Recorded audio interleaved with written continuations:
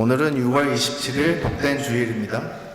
다 함께 자리에 일어나셔서 살아계신 하나님께 예배드리시겠습니다.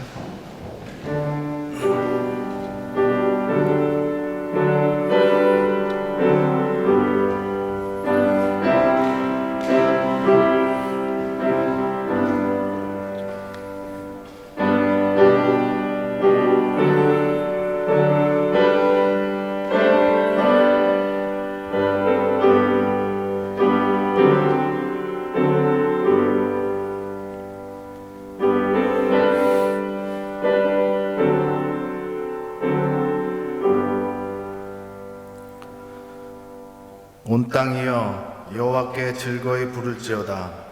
기쁨으로 여호와를 섬기며 노래하면서 그 앞에 나아갈지어다. 여호와가 우리 하나님이신 줄 너희는 알지어다. 그는 우리를 지으신 자시요 우리는 그의 것이니 그의 백성이요 그의 기르시는 양이로다. 감사함으로 그 문에 들어가며 찬송함으로 그 궁정에 들어가서 그에게 감사하며 그 이름을 송축할지어다. 대저 여호와는 선하시니 그 인자하심이 영원하고 그 성실하심이 대대에 미치리로다. 하나님은 영이시니 예배하는 자가 영과 진리로 예배할지니라. 아멘. 천지 만물을 창조하시고 우리를 지으신지요 우리의 주인 되시는 주님의 이름을 찬양합니다. 오늘 이 시간 여호와가 우리 하나님이심을 고백합니다. 우리를 사랑하셔서 연약한 우리들을 붙들어 주시고 구원하여 주심에 감사합니다. 우리는 주님의 것이요 주님의 백성이요 주님의 기르시는 양이오니 주님의 인자와 성실을 베풀어 주옵소서. 주님께는 영광과 찬송이 우리에게는 기쁨과 감사가 넘치는 예배가 되기를 우리 주 예수 그리스도의 이름으로 기원합니다. 아멘. 이 시간에는 하나님과 나만이 아는 모습들을 조용히 침묵 가운데 고백하도록 하겠습니다.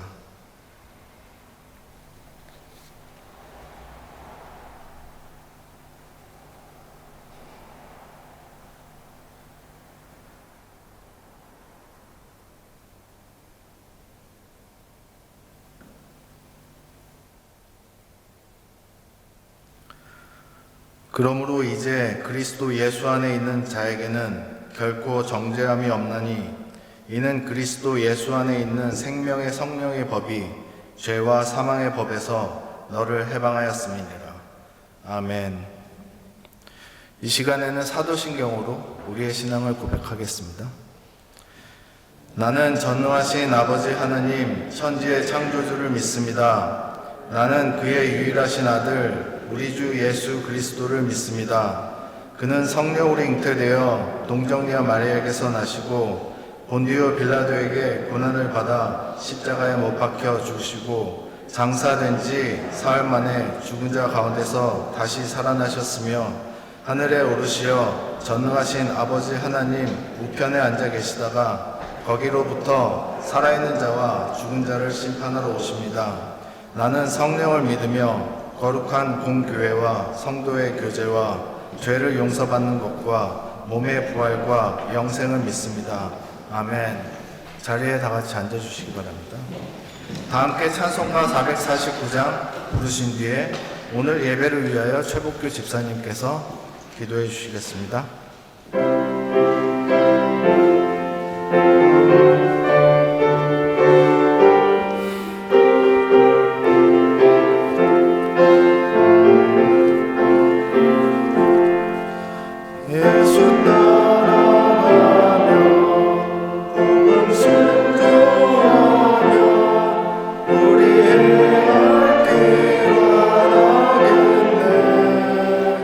주를 의지하며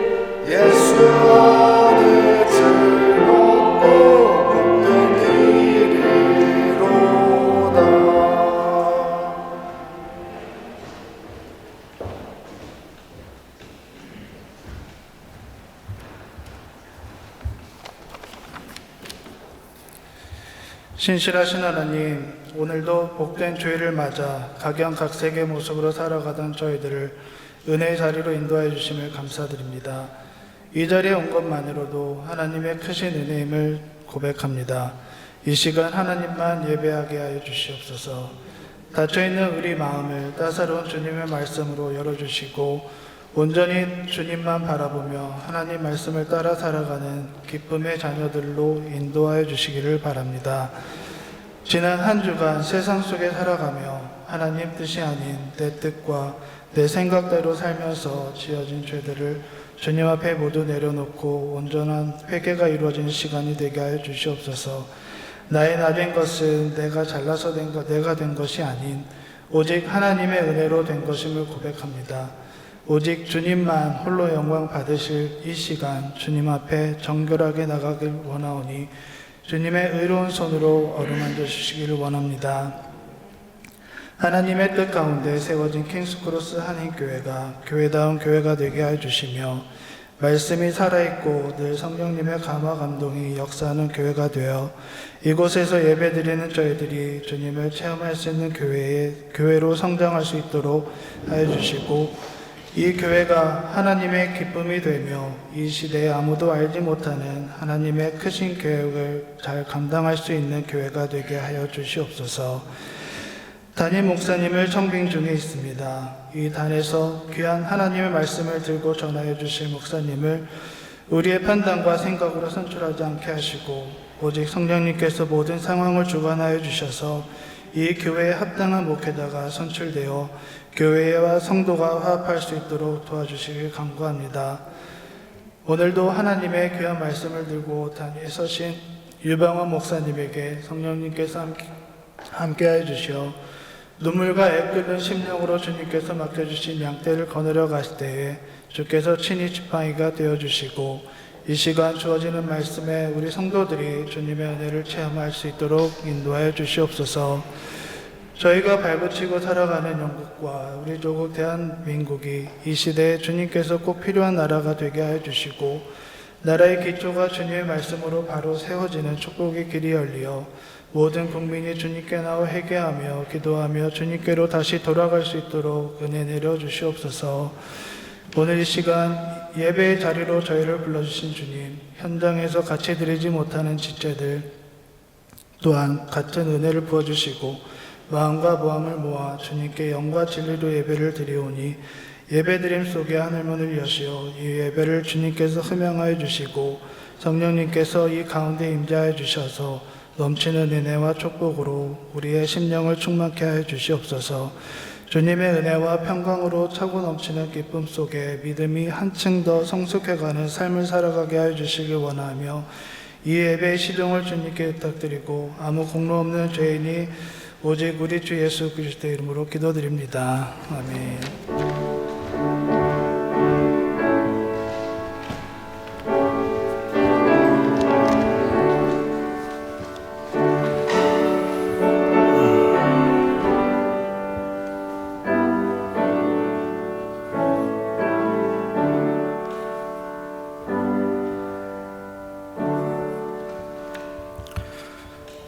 교회 소식입니다. 오늘 처음 나오신 분이나 방문하신 분들 주님의 이름으로 환영합니다.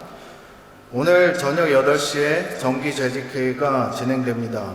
모임은 온라인 줌으로 진행되니 재직분들은 빠짐없이 참여해 주시기 바랍니다. 영국 내 코로나 신임 감염자가 다시 늘어나는 상황입니다. 방역과 건강에 늘 유념하여 주시기 바랍니다. 예배는 오후 1시 시작입니다. 예배 준비는 12시 30분부터 가능하며 아직 코로나 상황 아래 진행되는 예배이므로 방역을 위해 교회 입장은 12시 30분부터 해주시기 바라며 예배 후에도 가능하면 신속히 해산될 수 있도록 협조 부탁드립니다. 또한 성도님들께서는 위생에 유념하여 주시고 현장 예배 참석 시 늘 개인 마스크를 잊지 말고 챙겨 오시기 바랍니다. 청빙 결과 공지드립니다. 청빙위원회 최종 협의 결과 한영석 목사님께서 청빙위원 과반수 이상을 득표하시어 최종 후보로 선출되셨습니다. 향후 일정으로는 청빙위에서 선출된 한영석 목사님에 대한 투표가 오는 7월 11일 공동의회에 있을 예정입니다. 추가로 7월 4일 주일 말씀은 한영석 목사님께서 전해주실 예정입니다. 초등부 및 중고등부 예배는 계속해서 온라인으로 진행됩니다. 수요 예배 역시 온라인으로 진행되며 수요 예배는 이성진 목사님께서 예배 인도해 주십니다. 많이들 참석하여 주셔서 기도하며 은혜 받으시기 바랍니다. 교회 소식란에 올릴 내용은 토요일 오전까지 미디어 팀에 알려주시기 바랍니다. 마지막으로 온라인 헌금 안내는 교회 홈페이지를 참고해 주시기 바랍니다. 이 시간 오경미 집사님께서 성경 봉독해 주시고 흑암 중에 있어도 라는 제목으로 유병헌 목사님께서 하나님 말씀 전해 주시겠습니다.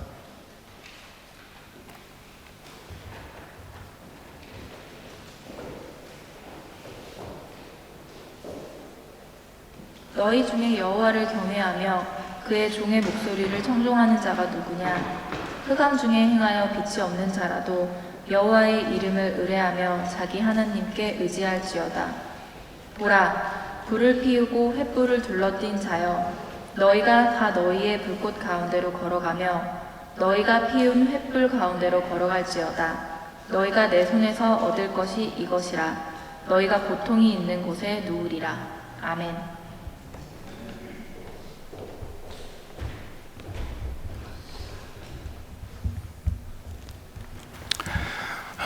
성경은 우리 인간이 왜 죽는가 하는 인간의 가장 중요한 철학적이고도 실제적인 그 질문에 대해서 성경은 아주 단순하게 해답을 우리들에게 알려주셨죠.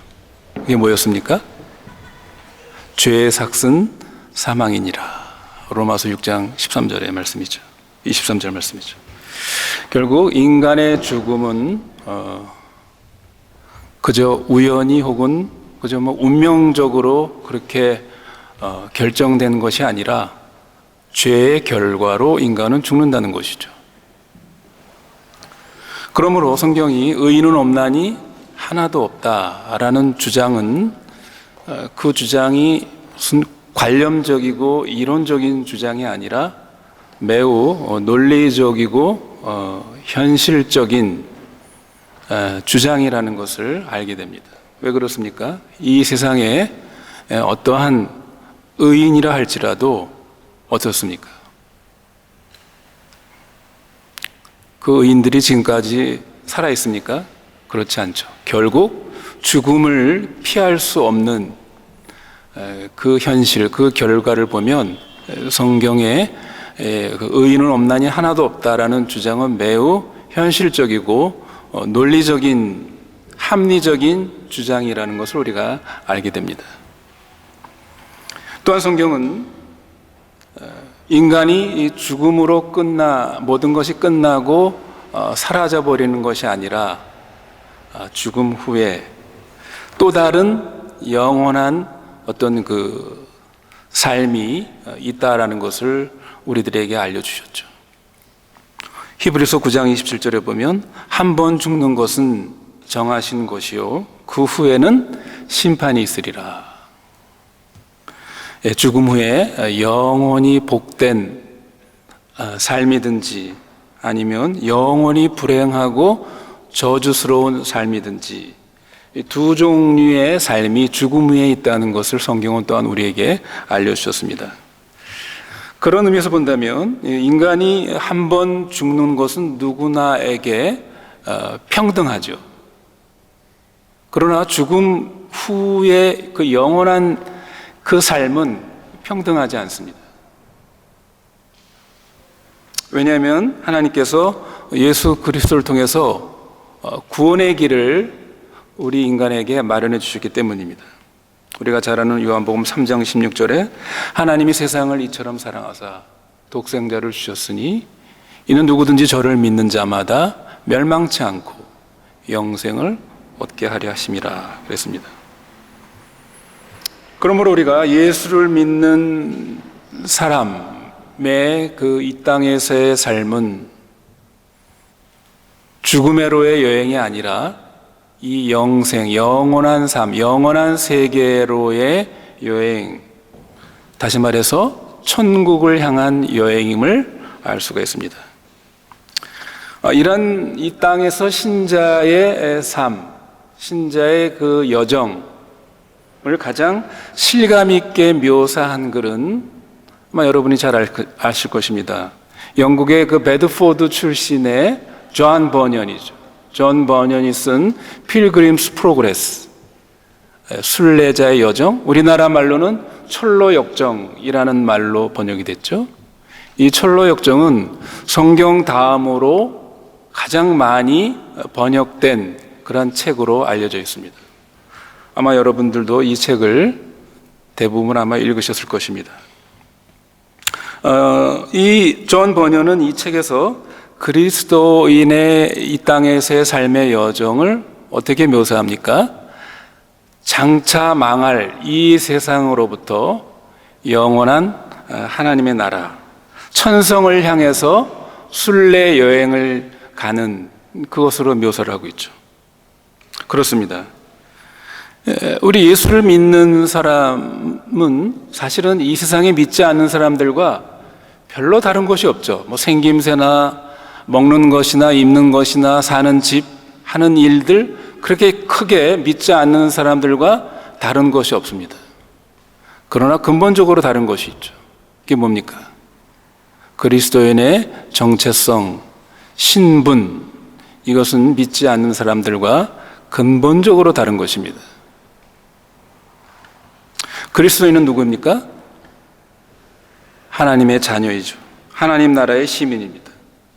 그리고 이 세상에서는 나그네로, 이방인으로 살아가는 그러한 존재입니다. 이방인, 나그네, 외국인이라고 성경이 이렇게 표현하고 있죠. 우리 그리스도인을. 그건 뭡니까? 그들이 가야 할 본국, 본향이 있다는 것이죠. 그 본국이 어디입니까? 히브리서 11장 10절에 그렇게 말하죠. 하나님이 경영하시고 지으실 터가 있는 그 성, 천국입니다. 그러니까 그리스도인은 이 세상에서 천국을 향해 여행을 하는 사람들입니다. 물론 이 여행은 우리 그리스도인 홀로 가는 여행은 아닙니다.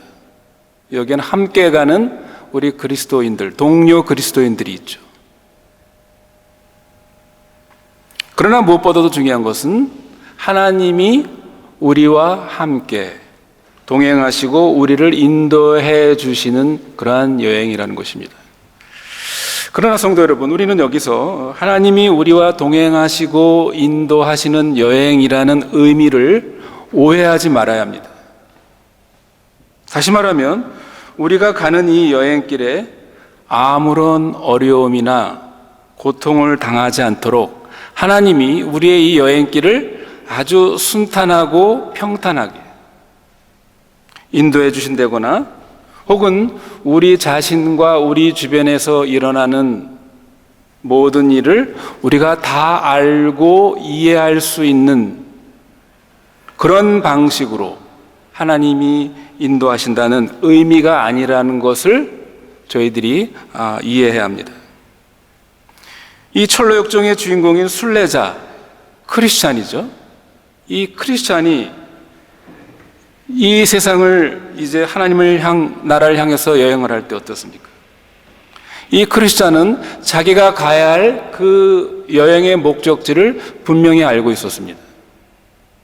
그러나 이 여행의 과정에서 이 크리스찬은 끊임없는 여러 가지 유혹과 어려움과 불확실성을 경험하면서 순례의 길을 가고 있음을 그 책이 묘사하고 있습니다. 때로 순례자는 자신이 끝내 최종 목적지에 과연 내가 도달할 수 있을까? 그런 의심하고 걱정을 하기도 합니다. 그것은 그 철로역정이라는 그 소설책에서만 해당되는 것이 아니라 이것은 사실 우리 실제 이 세상에 사는 저와 여러분 모든 그리스도인의 실제 경험이기도 합니다. 우리가 가는 이 신앙의 여정, 믿음의 순례 여행은 하나님이 우리를 고아처럼 홀로 버려두시지 않고 우리와 함께 하시고 우리를 인도해 주시는 여행이라는 것을 우리가 믿으면서도 어떻습니까? 하나님이 함께 하심과 인도하심을 믿지 못하게 하거나 의심케 하는 문제들을 우리가 만나게 됩니다. 그렇지 않습니까? 아마 여러분 가운데 이미 그런 경험을 하신 분도 있고 아니면 지금 그런 상황 가운데 계신 분도 있을지 모릅니다. 믿음의 순례 여행길에서 특히 우리 믿음의 회의가 오고 혼란과 방황에 빠지는 그런 시간, 그런 경험이 여러분에게 있습니까? 우리가 여러 가지 경우를 생각해 볼 수 있습니다. 대표적으로 우리가 두 가지 경우를 생각해 볼 수 있습니다. 첫째로는 하나님이 우리를 도무지 인도해 주시지 않는 것 같을 때, 혹은 하나님이 무엇을 하고 계시는지 도무지 우리가 이해가 되지 않는 그런 상황이나 사건을 우리가 보거나 경험하게 될 때이죠. 어떤 때입니까?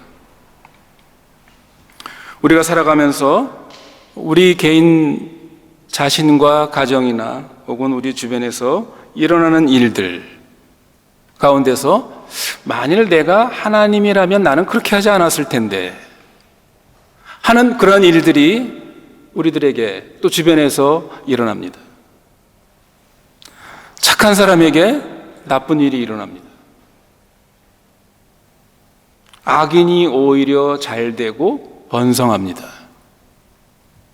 의롭고 정직하게 살려고 하는 사람은 오히려 어려움을 벗어나지 못하고 계속 어려움 가운데서 지내는 것을 봅니다. 혹은 자신과 신앙 조건이 비슷하거나 아니면 오히려 자신보다 신앙이 형편없다고 생각하는 그 사람들은 오히려 하나님께서 잘 인도해 주시는 것 같고 자신에 대해서는 하나님이 관심 없는 것처럼 느껴지기도 합니다. 자신이 그저 홀로 버려진 그런 느낌을 갖기도 하는 것입니다. 때때로 이런 상황 속에서 과연 하나님이 지금 나와 함께 하시는가? 과연 하나님이 나를 지금도 인도하고 계시는가? 과연 하나님이 나에게 진정으로 관심이 있으신 것인가? 사랑하고 있는가? 이런 질문을 던지곤 하는 것이죠. 그러나 이런 곤경이 거세고 우리가 감당하기 힘들어지면 우리 속에 여러 가지 의문들이, 의심들이 힘을 발휘하기 시작합니다. 그래서 지금껏 그분이 나를 인도하셨음을 우리가 망각하고 그분이 인도하시는 능력에 대해서 의문을 품기 시작합니다.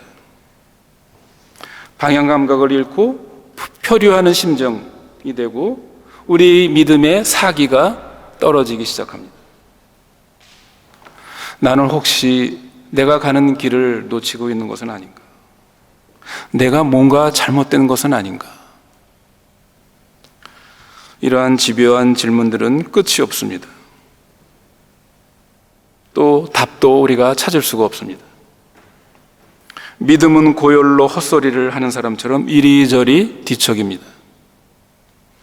그러면서 하나님은 과연 나에게 관심이 있으신가? 아니 하나님이 계시기는 한 것인가? 아니면 우리는 처음부터 뭔가 잘못 알고 있는 것은 아닌가? 내가 잘못 발을 들여놓은 것은 아닌가? 하나님한테서 한마디 표지나 무슨 어떤 사인이나 그저 뭐라도 나에게 무엇을 주셨으면 도움이 되련만 그러나 침묵과 칠흑 같은 어두움뿐입니다. 존 버닌이 쓴 이 철로 역정에 나오는 이 순례자 크리스찬도 같은 유혹을 경험하게 됩니다. 천성을 향한 그의 여정에 관해서 이제 무신론자가 등장하죠. 이 무신론자가 이 크리스찬을 비웃고 조롱합니다. 무신론자는 이 크리스찬이 지금 시온산으로 가고 있다는 말을 듣고 큰 소리로 비웃죠. 그리고 크리스찬은 이 무신론자의 설명에 마음이 흔들립니다. 크리스찬이 무신론자에게 이렇게 묻죠. 당신의 그 웃음은 무슨 뜻이요? 무신론자가 대답합니다. 보자하니 당신들이 하도 무식해서 내가 웃는 것이요. 그렇게 지루한 여정을 당신들이 자청했지만 가봐야 괴로운 여행밖에는 없을 테니 말이요. 크리스찬이 답변합니다. 무슨 소리요? 우리가 영접받지 못할 거란 말이요? 무신론자, 영접이라. 당신들이 꿈꾸는 그런 곳은 세상 천지 어디에도 없어. 세상으로부터 오는 이러한 조롱과 경멸도 우리 신앙 여정에 장애가 되기도 합니다. 그래서 어떤 그리스도인들은 도피주의자가 되거나 혹은 아니면 세상과 아예 동화되어 버리는 세속주의자로 전락되어 버립니다. 그러나 우리의 믿음에 더 큰 장애가 되는 경우는 우리 내면으로부터 슬며시 나오는 경우입니다. 그것은 바로 우리가 힘들고 불확실한 상황을 우리가 맞이했을 때 하나님의 인도하심이나 하나님이 나의 형편을 아시고 돌보실 거라는 내 내적인 확신이 사라질 때죠. 나는 정말 내가 믿고 있는 대로 하나님의 인도를 받고 있는 것인가? 내가 지금 바른 길을 가고 있다는 것을 어떻게 알 수 있는가? 내가 가고 있다고 믿는 그 목적지가 과연 존재하는가? 성도 여러분, 우리에게 이러한 종류의 의심이 들 때가 있습니다. 그러나 그럴 때 우리는 하나님이 이런 상황 속에서 도대체 무엇을 하고 계시는지에 대해서 성급한 판단을 우리가 보류해야 한다는 것입니다. 성도 여러분, 성경이 우리에게 제시하신 믿음의 원리가 무엇입니까? 그것은 신자에게 주어진 인생의 여정 속에서 여러 가지 우리가 이해할 수 없는 상황과 사건을 만난다 할지라도 여전히 뭡니까? 하나님을 믿고 의지하면서 가라는 것이죠. 믿음은 그 이유를 모르지만 그 이유를 아시는 하나님, 그분을 신뢰하는 것을 잊지 말아야 합니다. 여러분, 이 사실을 아는 것이 우리에게 매우 중요합니다. 뭐라고요? 믿음이란 하나님이 우리를 인도하시기 때문에 우리가 하나님을 신뢰하는 것이 아니라 우리가 그분을 신뢰하기 때문에 하나님께서 우리를 인도하실 것이라는 것을 믿는 것입니다. 여러분, 이 순서가 굉장히 중요합니다. 이 말이 무슨 의미입니까? 즉, 우리가 인도를 받지 못하는 것 같은 상황 속에서도 하나님을 신뢰할 수 있다는 것입니다. 신뢰해야 한다는 것입니다. 여러분, 성경이 우리에게 가르치신 믿음이 어떤 믿음입니까? 하나님이 무엇을 어떻게 하시려는가 하는 구체적인 하나님의 인도하심에서는 우리가 그것을 모를 수 있습니다. 우리가 그것에 대해서는 우리가 어두움 속에 있을 수 있습니다.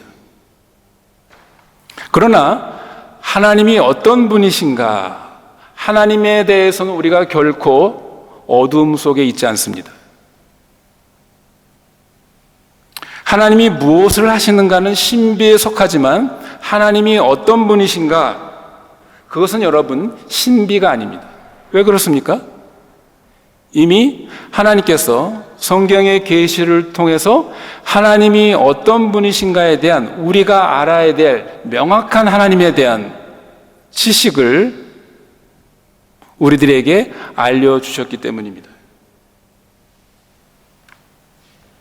그렇기 때문에 우리가 만나는 여러 가지 시련에 대해서 우리가 하나님의 뜻과 인도하심을 다 알 수 없고 이해할 수 없다 할지라도 하나님에 대한 믿음, 하나님에 대한 신뢰를 우리는 여전히 가질 수 있습니다.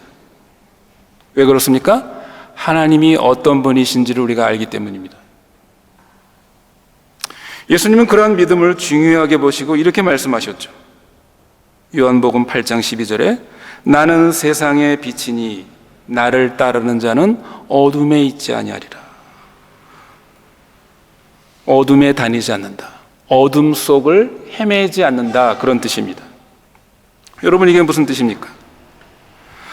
우리가 절대로 어둠 속을 지나지 않는다는 뜻이 아니라 뭐라고요? 어둠 속에서 헤매고 방황하지 않는다는 말입니다. 다시 말해서 어둠을 우리의 본거지로 삼고 살아가지 않는다는 뜻입니다.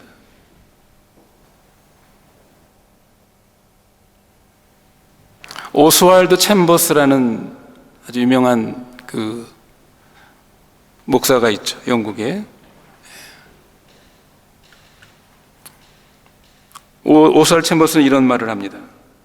내가 하나님과 함께 하나님의 길을 걸어갈 때 나는 이해하지 못하지만 그분은 이해한다. 그러므로 내가 이해하는 것은 하나님의 길이 아니라 하나님 그 자신이다. 그렇게 설명을 했습니다. 여러분, 이 불굴의 신뢰야말로 하나님의 인도하심의 이유와 원인을 우리가 모르면서도 여전히 하나님을 믿었던 허다한 우리의 신앙의 선배들의 고백과 경험이 거기에 있는 것입니다. 여러분, 욥의 고백을 들어보십시오. 욥기 23장 8절로 11절에 욥이 이렇게 고백하죠. 그런데 내가 앞으로 가도 그가 아니 계시고 뒤로 가도 보이지 아니하며 그가 왼쪽에서 일하시나 내가 만날 수 없고 그가 오른쪽으로 돌이키시나 배울 수 없구나. 그러나 내가 가는 길을 그가 아시나니 그가 나를 단련하신 후에는 내가 정금과 같이 나오리라. 내 발이 그의 걸음을 바로 따랐으며. 이것입니다. 그러나 여러분, 이러한 교훈에 대한 가장 강력한 신뢰는 바로 오늘 본문에 나오는 이사야 선지자의 도전입니다. 오늘 본문 다시 한번 여러분 보시기를 바랍니다. 너희 중에 여호와를 경외하며 그 종의 목소리를 청종하는 자 누구뇨? 흑암 중에 행하여 빛이 없는 자라도 여호와의 이름을 의뢰하며 자기 하나님께 의뢰할지어다. 불을 피우고 횃불을 둘러 띈 자여, 너희가 다 너희의 불꽃 가운데로 들어가며 너희의 피운 횃불 가운데로 들어갈지어다. 너희가 내 손에서 얻을 것이 이것이라. 너희가 슬픔 중에 누우리라. 여기 보면 빛이 없는 어둠 속에 있는 그런 상황 속에서 두 종류의 사람을 여기서 언급하고 있습니다. 어떤 사람입니까? 여기 빛이 없는 그 어둠 중에 한다는 것은 뭡니까? 상징적인 표현이죠. 앞에서 말씀드린 것처럼 하나님이 우리를 인도해 주시지 않는 것 같은 상황, 하나님이 도대체 무엇을 하고 계신지 도무지 알지 못하는 우리의 여러 가지 어떤 불확실한 어려운 상황, 도무지 우리가 그것을 이해할 수 없는 그런 암담한 상황에 지금 놓여 있는 사람을 표현한 것입니다. 이런 상황에서 반응하는 두 종류의 사람이 있다는 것이죠. 한 부류의 사람은 어떤 사람입니까? 빛이 없이 흑암 중에 있을 때 하나님의 인도하심을 도무지 이해할 수 없고 납득할 수 없는 그러한 상황을 만났을 때 한 부류의 사람은 어떤 사람입니까? 자기의 판단을 보류하고 잠잠히 여전히 하나님을 신뢰하고 나가는 사람을 말하죠. 10절이 그것을 말하죠. 또 한 부류의 사람은 뭡니까? 11절에 있는 사람은 자기의 불을 피우고 횃불을 들고 다니는 사람입니다. 여기 불을 피우고 횃불을 둘렀다는 것은 뭡니까? 내가 하나님이 하시는 일을 다 이해하지 못하고 납득하지 못하지만 여전히 잠잠히 하나님을 신뢰하고 기다리는 그런 사람이 아니라 뭡니까? 그 어두운 상황을 자기의 생각대로 그 상황을 해석하고 판단해서 어떻게 해요? 그 어둠을 자기가 밝히려고 하는 사람입니다. 그것을 상징하는 것입니다. 그러나 그 결과는 어떻습니까? 그 어둠을 자기의 불로, 횃불로 그 어둠을 밝히려는 사람의 결과는 뭐였습니까? 그래서 어둠을 밝히고 해결하는 것이 아니라 오히려 자기가 핀 그 불꽃 속에서 고통을 받으며 슬픔 중에 누우리라. 오스왈드, 주님은 나의 최고봉이라는 아주 유명한 책을 썼죠. 그 오스왈드 챔버스는 그 책에서 이렇게 말하고 있습니다. 지금 당신의 상황이나 하나님과 동행하는 삶이 흑암 중에 있는가? 그렇다면 가만히 있으라. 침묵하라. 어둠 속에서 입을 열면 삐딱한 기분으로 말하게 된다. 흑암은 경청의 시간이다. 참 우리가 깊이 생각해야 될 부분입니다. 흑암, 어두움은, 고통은 침묵의 시간이고 경청의 시간이다. 들어야 할 시간이라는 것이죠. 성도 여러분, 우리에게 어떤 암담한 상황, 이것은 뭐라고요? 내 성급한 판단을 중지하고 보류하고 경청하는 시간임을 기억하시기 바랍니다. 성도 여러분, 하나님의 길, 하나님의 생각은 우리의 길과 우리의 생각과 다릅니다. 하나님의 생각은 참으로 우리의 생각보다 높고 깊습니다. 그럴 때 우리는 성 어거스틴이 그의 고백록에서 고백한 말의 의미를 이해하게 될 것입니다. 어거스틴이 뭐라고 고백했습니까? 선장이 배를 조종하듯 주님은 저를 인도하고 계셨으나 다만 주님의 항해 경로가 제 이해를 벗어났을 뿐입니다. 성도 여러분, 여러분은 이것을 인정하십니까? 주님이 우리를 인도하시지 않은 것이 아니라 우리가 주님의 인도 방식을 이해하지 못한 것뿐입니다. 왜 그렇습니까? 우리의 이해와 우리의 생각보다 하나님의 생각은 훨씬 더 높고 깊기 때문입니다. 그러나 참 힘든 질문은 이런 것이죠. 우리가 이러한 어두움 속에 있을 때 하나님, 나는 하나님이 하시는 모든 일을 이해하지 못하지만 여전히 하나님, 당신을 신뢰합니다. 그것을 우리가 고백할 수 있느냐 하는 것입니다. 여러분이 아마 이 얘기를 잘 알 것입니다. 2차 세계대전 중 아우슈비츠 그 수용소에서 많은 유대인들이 죽지 않았습니까? 그 수용소에서 죽음을 기다리던 어느 유대인이 그 수용소 벽, 감옥에 남긴 그 유명한 글이 있지 않습니까? 검은 구름으로 태양이 빛나지 않을 때도 나는 태양이 있음을 믿는다. 사랑을 느낄 수 없을 때도 나는 사랑을 믿는다. 하나님이 침묵하실 때도 나는 하나님을 믿는다. 믿음이 현재 암담한 상황에 대한 판단을 보류할 때 부딪히는 도전이 바로 이것입니다. 믿음이 흔들리고 약해져 가는 때도 바로 이 때인 것입니다. 그러나 그때마다 우리는 오늘 이 이사야의 말씀을 우리는 붙잡아야 합니다. 뭐라고요? 흑암 중에 행하여 빛이 없는 자라도 여호와의 이름을 의지하며 자기 하나님을 의지할지어다. 검은 구름으로 온 사방이 흑암처럼 어두워도 검은 구름 위에 태양은 여전히 찬란히 빛나고 있습니다. 현재는 태양이 빛나지 않아도 태양은 있는 것입니다. 우리가 처한 현재 상황이 암담하고 그 암담한 상황이 이해되지 않는다 할지라도 우리는 하나님을 신뢰할 수 있어야 합니다. 하나님이 침묵하시는 것처럼 보일 때도 우리는 하나님을 믿어야 합니다. 이 믿음이 우리에게 있어야 합니다. 두 번째는 더욱더 우리가 우리의 판단을 중지하고 하나님을 신뢰하기 어려운 상황입니다. 그것은 고난, 고통의 상황입니다. 우리의 믿음이 판단을 보류하고 잠잠히 하나님을 신뢰할 때는 우리의 고난, 우리의 고통 가운데 있을 때입니다.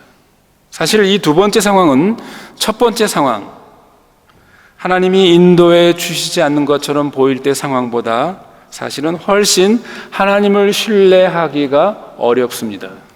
왜 그렇습니까? 왜냐하면 고통은 그 고통 자체가 힘들기 때문입니다.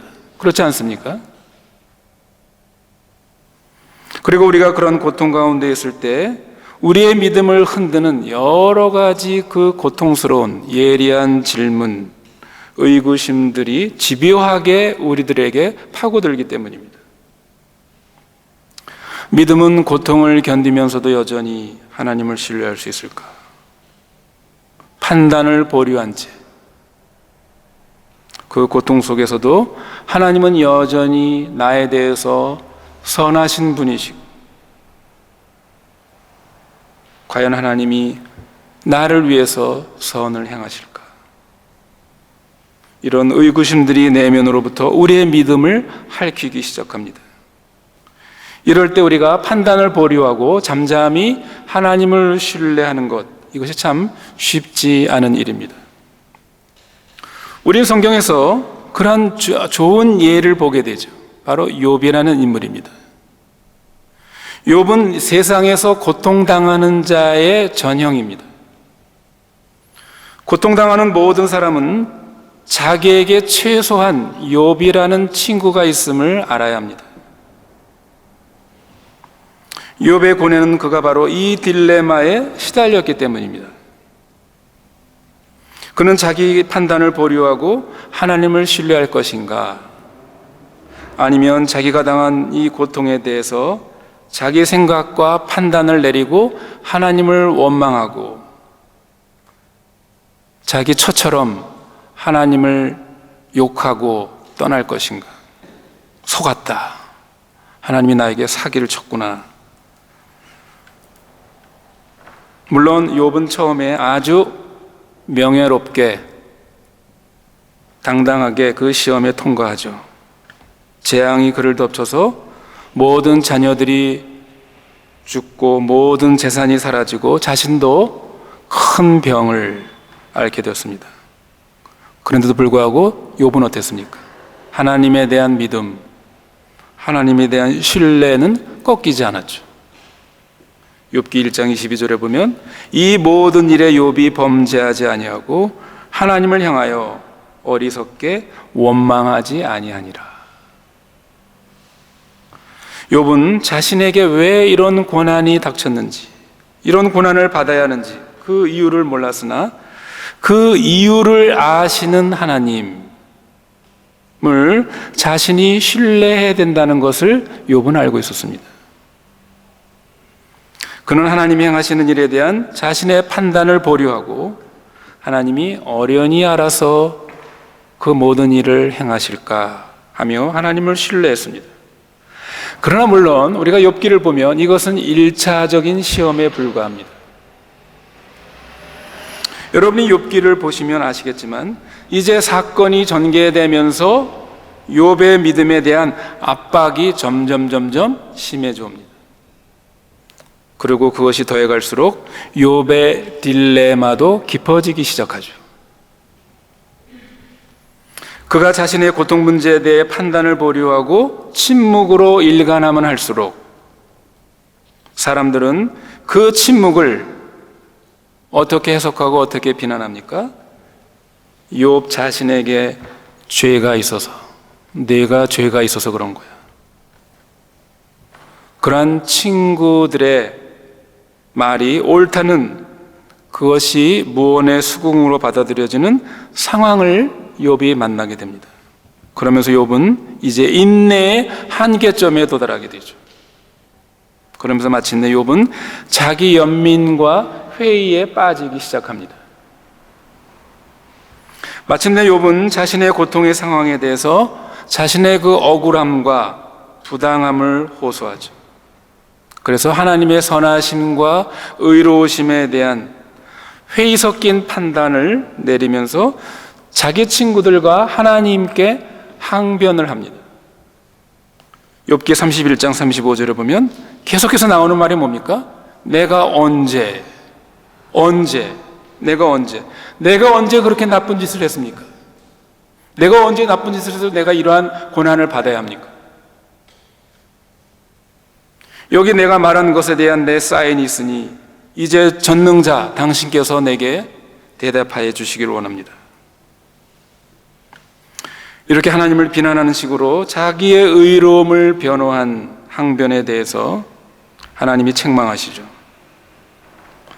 욥기 40장 6절로 8절에 여호와께서 폭풍 가운데서 욥에게 말씀하여 가라사대 너는 대장부처럼 허리를 묶고 내가 내게 묻는 것을 대답할지니라. 네가 내 심판, 내 공의를 폐하려느냐? 스스로 의롭다 하여 나를 불의하다 하느냐? 욥이 끝까지 자신의 판단을 중지하지 못하고 결국 이러한 판단, 이러한 잘못을 범한 원인이 무엇입니까? 하나님에 대한 신성 모독입니까? 그것은 결과일 뿐입니다. 문제의 뿌리는 마치 자기가 하나님이나 된 것처럼 자기가 직면한 고난의 상황에 대해서 자신이 온전히 해석하고 판단하기에 충분한 지식과 정보를 자기가 가지고 있는 것처럼 생각하는 것이 문제의 뿌리였습니다. 욥기를 보면 하나님은 욥에게 끝까지 내가 받고 있는 고통이 이러한 이유 때문이다 라는 것을 하나님은 말씀해 주시지 않죠.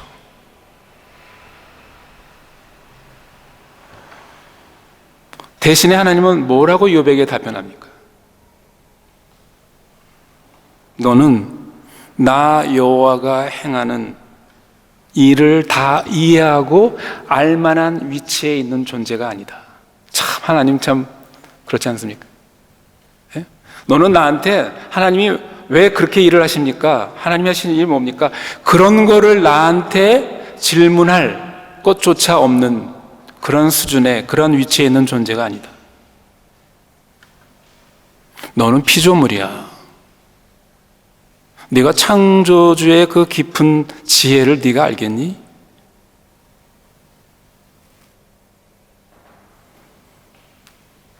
내가 직면한 상황을 다 이해하지 못하더라도 한 가지 내가 분명히 알아야 될 사실, 이해할 사실이 뭐라는 겁니까? 나 여호와 하나님을 믿고 의지해야 한다는 것입니다. 욥기는 결국 이것을 말하려는 것이 중요한 것이죠.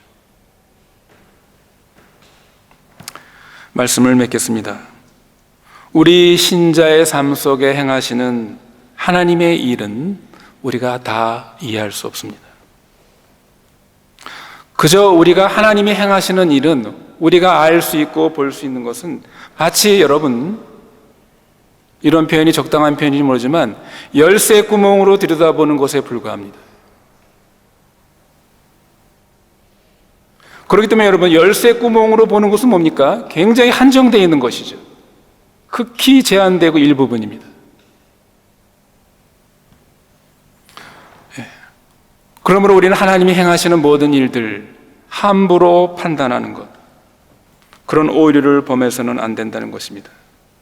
말씀드린 것처럼 하나님의 생각과 하나님이 행하시는 길은 인간과 다릅니다. 하나님이 인도하시지 않는 것처럼 보이는 상황에서도, 또 우리가 감당할 수 없는 고난의 파도가 우리를 흔들 때에도 우리는 이 사실을 항상 기억해야 하고 하나님을 신뢰해야 합니다. 우리의 아버지 되신 하나님께서 어련히 알아서 우리에게 선을 행하시지 않겠는가? 우리의 유익을 위해서 그 모든 일들을 합력해서 우리에게 행하지 않겠는가? 성도 여러분, 우리는 이런 하나님에 대한 올바른 지식 속에서 하나님에 대한 그런 믿음의 배짱이 있어야 되겠습니다.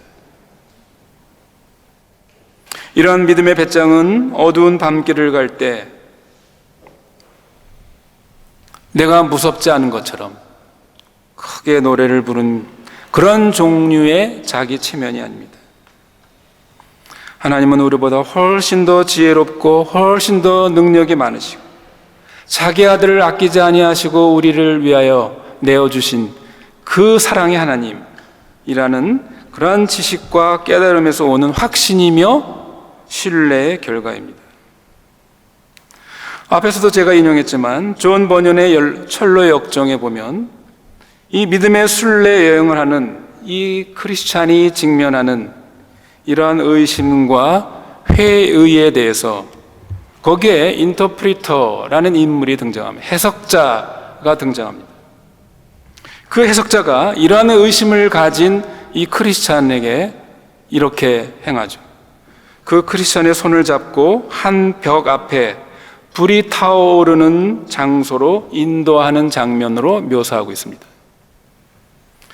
이 크리스찬은 그곳에서 한 사람이 벽 앞에 서서 계속해서 그 불 위에 찬물을 끼얹습니다.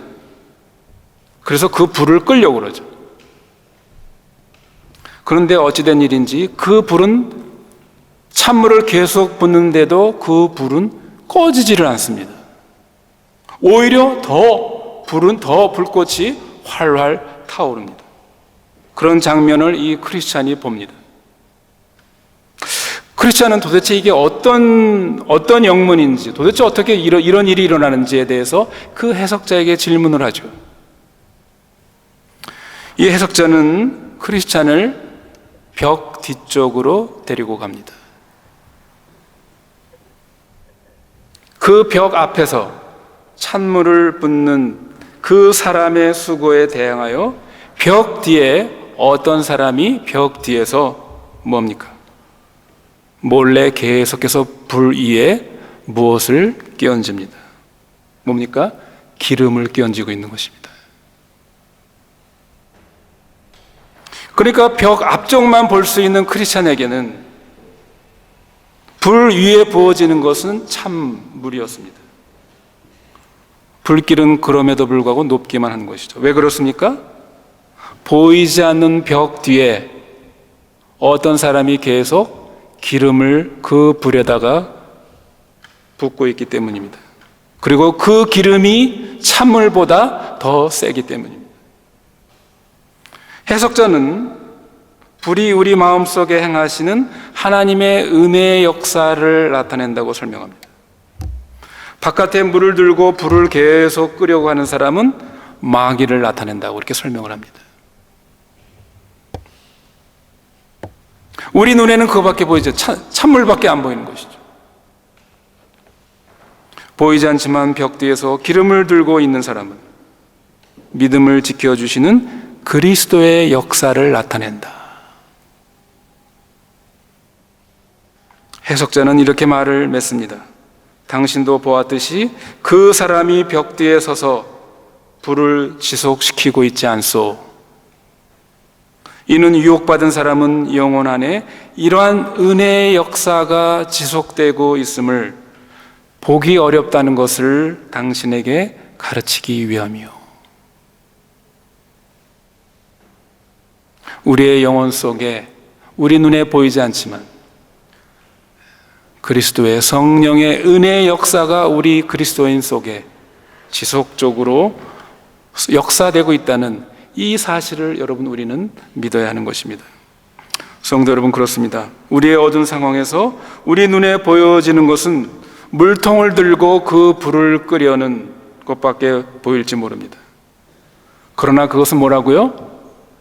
우리가 열쇠 구멍으로 보는 것에 불과합니다.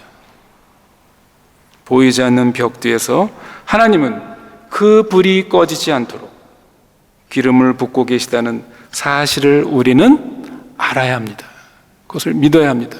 단지 우리 눈에 보이지 않을 뿐인 것입니다. 성도 여러분, 오늘도 하나님은 그분의 지혜와 능력과 자비와 선하심으로 우리를 인도하시고 돌보시고 역사하고 계십니다. 그러나 때로는 짙은 검은 구름으로 덮인 것처럼 우리는 볼 수 없고 알 수 없는 상황을 만나기도 합니다. 그러나 여전히 하나님의 우리를 향하신 그분의 그 선하심의 인도는 변함이 없으십니다. 단지 우리가 이해하지 못할 뿐입니다. 그때는 어떤 시간이라고요? 침묵의 시간이요, 경청의 시간입니다. 잠잠히 기다리는 시간입니다. 현재 자신이 어둠 속에 있다고 생각하시는 분들은 이 사실을 기억하시기 바랍니다. 앞으로 어둠 속을 통과하실지 모르는 분들도 이 사실을 기억하시기 바랍니다. 기도하겠습니다. 하나님의 크신 권능과 자기 아들을 아끼지 아니하시고 우리를 위하여 내어주신 그 하나님의 그 무한하신 사랑으로 오늘도 우리를 돌보시며 인도해 가시는 주님의 크신 그 은혜와 사랑을 감사를 드렸나이다. 그러나 그것이 우리들에게 보이지 않고 또 이해되지 않고 납득되지 않는 그런 어두운 상황을 만날 때 주님, 우리가 조급하게 우리의 생각으로 판단하여 오히려 우리가 그 속에서 하나님의 그 선하심을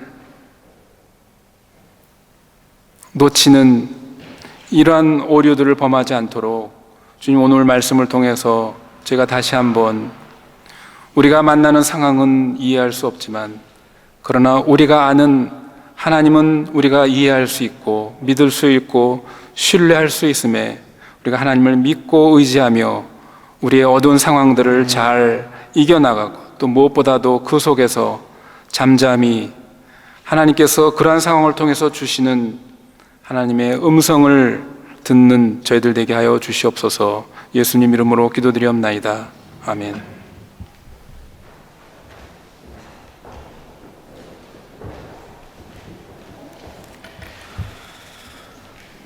다 함께 자리에 일어나셔서 오늘 찬송가 377장 부르시면서 준비하신 예물을 주님께 올려드리도록 하겠습니다. 이후 목사님께서 봉헌 기도와 축도로 예배 마치겠습니다.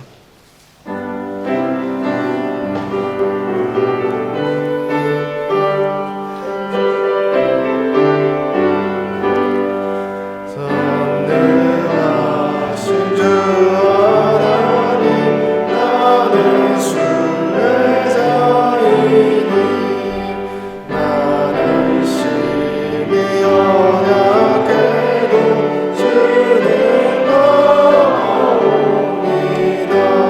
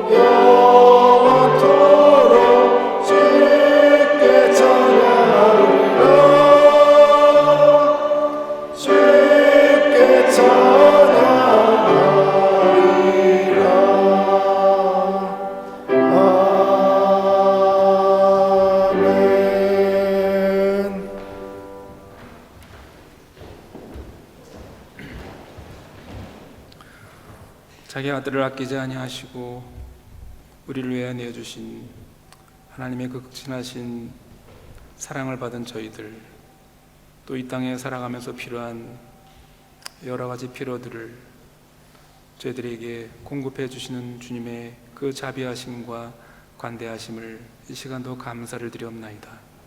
이 모든 것이 주님께로부터 온 것을 고백하는 표시로 저희가 주님 앞에 이 예물을 드리오니 주께서 우리들의 마음과 우리들의 고백을 받아주시고 우리의 삶이 늘 어떠한 상황 속에서도 범사에 감사하고 항상 기뻐하며 또 주신 것들로 자족하며 또 여분의 것들을 또 필요한 사람과 나누는 주님의 관대하심을 본받는 저희들의 삶이 되게 하여 주시옵소서. 이제는 우리 주 예수 그리스도의 은혜와 하나님 아버지의 무한하신 사랑과 성령님의 교통하시며 인도하심이 하나님의 행하시는 그 모든 일들 우리가 다 이해할 수 없지만 그러나 확실하신 하나님, 믿을 수 있는 하나님을 신뢰하며 나가기를 원하는 당신의 모든 자녀들 머리 위에 영원토록 함께 하시기를 축원하옵나이다. 아멘.